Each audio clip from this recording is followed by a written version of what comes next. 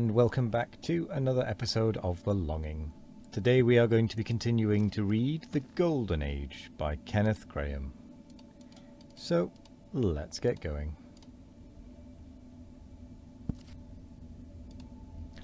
A holiday. The masterful wind was up and out, shouting and chasing the lord of the morning. Poplars swayed and tossed with a roaring swish.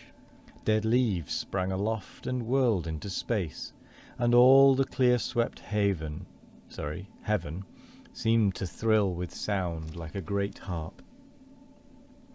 It was one of the first awakenings of the year. The earth stretched herself, smiling in her sleep, and everything leapt and pulsed to the stir of the giant's movement. With us it was a whole holiday, the occasion a birthday. It matters not whose.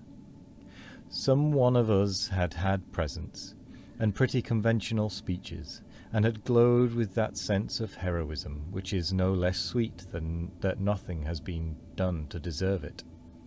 But the holiday was for all, the rapture of awakening, nature for all, the various outdoor joys of puddles and sun and hedge breaking for all. Colt-like I ran through the meadows, frisking happy heels in the face of nature, laughing responsive. Above, the sky was bluest of the blue. Wide pools left by the winter's floods flashed the colour back, true and brilliant, and the soft air thrilled with the germinating touch that seemed to kindle something in my own small person, as well as in the rash primrose already lurking in sheltered haunts. Out into the brimming sun-bathed world I sped, free of lessons, free of discipline and correction. For one day at least. My legs ran of themselves, and though I heard my name called faint and shrill behind, there was no stopping for me. It was only Harold, I concluded, and his legs, though shorter than mine, were good for a longer spurt than this. Then I heard it called again, but this time more faintly, with a pathetic break in the middle, and I pulled up short, recognizing Charlotte's plaintive note.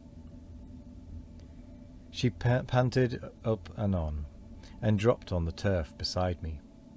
Neither had any desire for talk.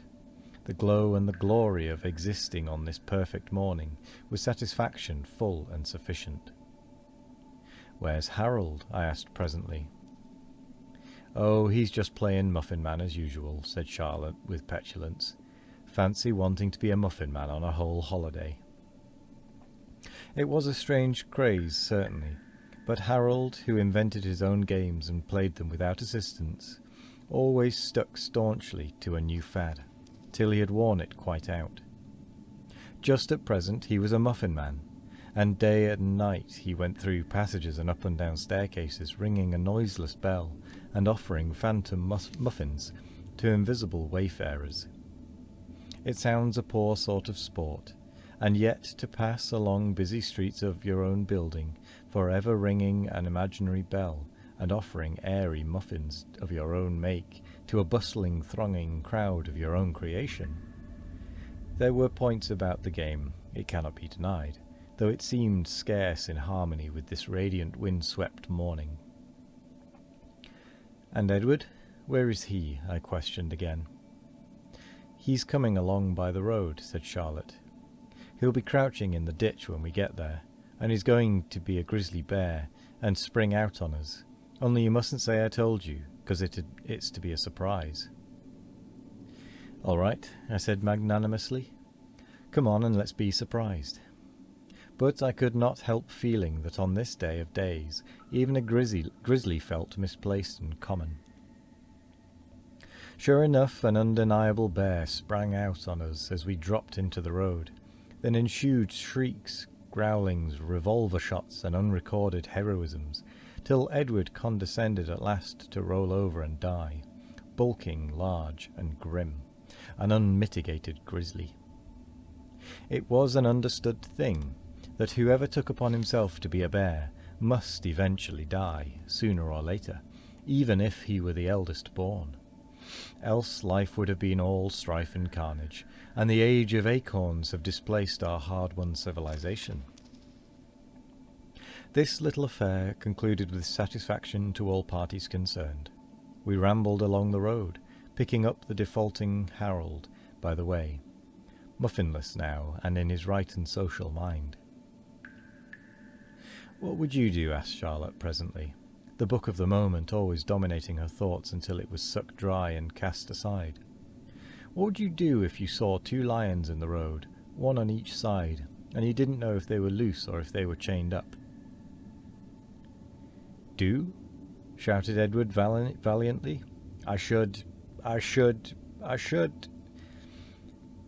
His boastful accents died away into a mumble. "Dunno what I should do." "Shouldn't do anything," I observed after consideration, and really it would be difficult to arrive at a wiser conclusion. "If it came to doing," remarked Harold reflectively, "the lions would do all the doing there was to do, wouldn't they?" "But if they was good lions," rejoined Charlotte, "they would do as they would be done by." "Ah, but how do you know a good lion from a bad one?" said Edward. "The books don't tell you at all, and the lions aren't marked any different." "Why, there aren't any good lions," said Harold hastily. "Oh yes, there are. Heaps and heaps," contradicted Edward. "Nearly all the lions in the storybooks are good lions. There was Androcles' lion, and St. Jerome's lion, and the lion and the unicorn." "He beat the unicorn," observed Harold dubiously, "all round the town." "That proves he was a good lion," cried Edward triumphantly.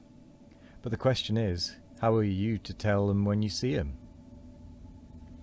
"I should ask Martha," said Harold of the simple creed. Edward snorted contemptuously, then turned to Charlotte. "Look here," he said, "let's play at lions anyhow, and I'll run on to that corner and be a lion. I'll be 2 lions, one on each side of the road, and you'll come along, and you won't know whether I'm chained up or not, and that'll be fun." "No, thank you," said Charlotte firmly. "You'll be chained up till I'm quite close to you, and then you'll be loose, and you'll tear me in pieces and make my frock all dirty, and perhaps you'll hurt me as well. I know your lions." "No, I won't. I swear I won't," protested Edward. "I'll be quite a new lion this time, something you can't even imagine." And he raced off to his post. Charlotte hesitated. Then she went timidly on, at each step growing less Charlotte, the murmur of a minute, and more the anxious pilgrim of all time. The lion's wrath waxed terrible at her approach.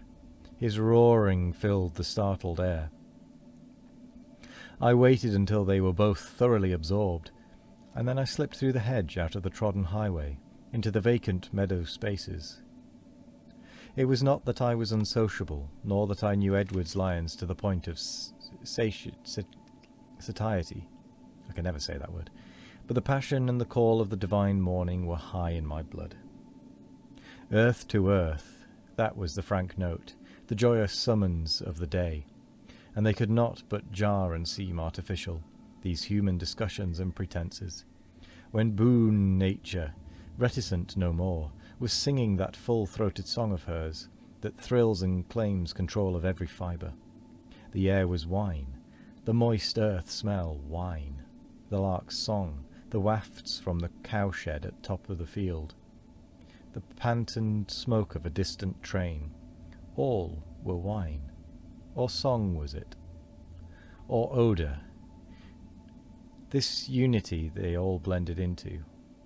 I had no words then to describe it, that earth effluence of which I was so conscious. Nor indeed have I found words since. I ran sideways, shouting. I dug glad heels into the scorching soil. I splashed diamond showers from puddles with a stick. I hurled clods skywards at random, and presently I somehow found myself singing. The words were mere nonsense, irresponsible babble. The tune was an improvisation, a weary, unrhythmic thing of rise and fall, and yet it seemed to me a genuine utterance. and just at that moment, the one thing fitting and right and perfect.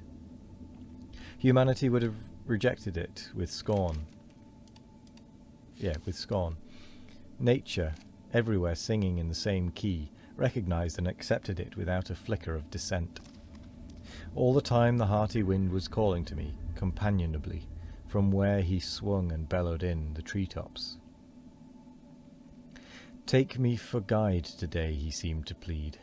Other holidays you have tramped it in the track of the stolid, unswerving sun. A blatant truant, you have dragged a weary foot homeward with only a pale, expressionless moon for company. Today, why not? I, the trickster, the hypocrite. I who would whip round corners and bluster, relapse and evade, then rally and pursue. I can lead you the best and rarest dance of any. For I am the strong, capricious one, the lord of misrule, and I alone am irresponsible and unprincipled, and obey no law. And for me, I was ready enough to fall in with the fellow's humour. Was not this a whole holiday? So we sheered off together, arm in arm, so to speak, and with fullest confidence I took the jigging, thwartwise course my chainless pilot laid for me. And with that we come to the end of the episode. That has definitely gone on a bit longer than I intended. It seems this one is much slower to read, generally, so we may not be able to get through this quite as quickly. But anyway, I will say thank you very much for joining me today, nonetheless. I hope you all have a wonderful morning, evening, afternoon or night, no matter what time of day it is. I hope you all have a wonderful one of it. And as always, we will be back tomorrow for more of The Longing. Goodbye.